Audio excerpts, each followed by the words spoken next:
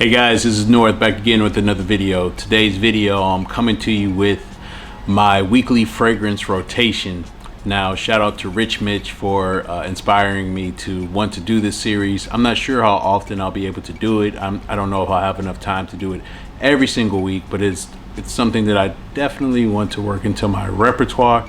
So let's go ahead and get it going. I'm only going to talk about the fragrances I wore for 6 days of the week. I'm not going to do 7 because generally when I wear fragrances and I care about like what I'm wearing, the longevity, whether I'm testing it for something or wanting to just wear it to enjoy it, it's usually during my work week.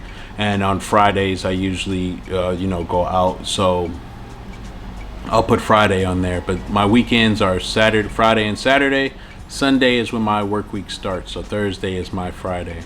And so starting on Sunday, the first fragrance that I wore is from the Japanese house Di Ser, and this one is called Adameku.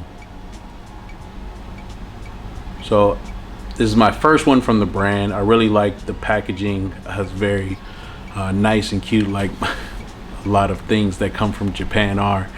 This is a like a citrus amber in the same ballpark as like Riv Ombre from Tom Ford, and there's another one that I can't think of at the moment, but it's a citrus amber. Now this one does not have a release date.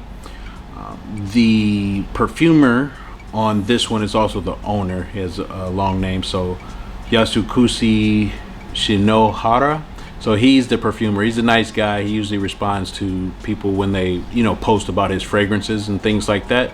So I think that's pretty cool.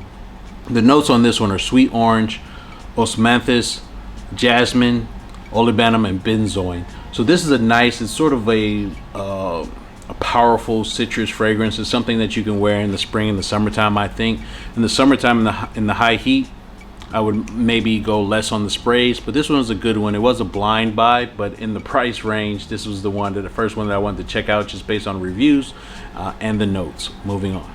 On Monday, I wore from the house of Dusita Issara. Now, this is a fruitier fragrance that has tobacco in it. I don't get a lot of tobacco, but this one I own 3 from the house now, but from the 2 that I really cared about, Issara and Oud Infinite, this one is my favorite from the house by far. It is an extrait de parfum. Most of her fragrances are eau de parfum. They don't, there's maybe like 3 extraits, I believe. And so this one, Issara, it was released in 2016. I've talked about it before. Some of the notes on it are pine needles, tobacco, coumarin, and oak moss. So those are some of the notes on it. This is my favorite from the house. It's one of my favorite pickups that I've picked up on my own without having any outside influence. It's a really beautiful scent. If you get a chance to test this one, definitely check it out. It's still available. It's not discontinued or anything. Moving on. On Tuesday, I went with the House of Chanel, and this one is Pour Monsieur. This is the Eau de Parfum concentration. This one was released in 2016. The main reason why I got the Eau de Parfum is that the Eau de Parfum is pretty much only available in the US, whereas the Eau de Toilette is not available in the US. So I've gone through a bottle of Eau de Toilette. I found a place in the area. I got this, actually had to order from Dubai and Bloomingdale's that had this, and so I just wanted to get it to check it out. Notes on this one are lemon, vanilla, nutmeg, vetiver, and lavender. And so this is a quintessential supposed to be like a woody sheeper type fragrance. And for me, honestly, like I went through the Eau de Toilette. Neither of them am I like crazy about. They're just classic scents, but at the end of the day, I sort of could take it or leave it on this one. But I'm glad that I was able to at least get a bottle and check it out. The price on it isn't too bad. Moving on. On Wednesday, I decided to break out what I consider to be my Grail summer scent, and this is from the house of Parfumum Roma. This one is Acqua Viva. I wanted to give this one a run before it got absolutely too hot. The temperature here is summer anywhere in the Western world. So I checked this one out. This is a powerhouse of a lemon scent. So a lot of citruses don't have really great longevity, which is fine, but this one has really long staying power on it. So the notes on this one, I believe, are Amalfi lemon, cedar, and something called Larbanum, a floral. So this is just a great lemon scent. The oil concentration on these are very high. This one was released in 2006. And moving on. Next is from the house of Frederic Malle, and this one I picked up because it was considered a cheaper fruity, and this one is called Le Parfum de Therese by Frederic Malle.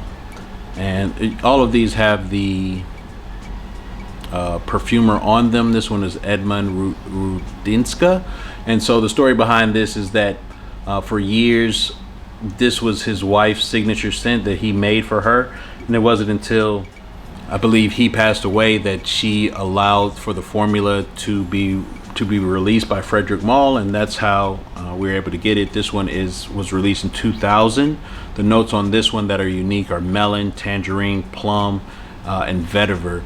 And this one it's similar to other sheepers, but it's very different. It's not something that you could definitely say, hey, when I smell this, it's a sheeper, but it's something I wanted to pick up on. I did test it before I bought it. It's not my favorite sheeper fragrance, but it's a very nice wear. I enjoy it, so I wanted to give that one another run. Moving on. And on Friday, the last day of my weekly rotation, I went to the house of Hermès. This is one of my most recent purchases, and this one is called Eau de Basilic Pourpre, something like that. So a water of purple basil. So I picked this one up. This is the 200 ml bottle. The story behind this is that when I purchased it, I actually thought that I was getting the Pamplemousse one and a 200 ml, but I misread it and I picked up this one, which is one of the most recent ones that came out. This one was released in 2022. And some of the notes on this one are bergamot, basil, geranium, spices, and patchouli. And with this purple basil one, you do get citruses at the top, and then when it fades, it starts to become a lot more spicy. So it's not your typical like citrus scent. I usually just decant this into like smaller bottles so I can spray them. But that was the last fragrance that I wore for last week. What did you wear last week that's worth noting? Please let me know in the comments. Please like, comment, and subscribe, and I'll see you on the next one, guys. Peace.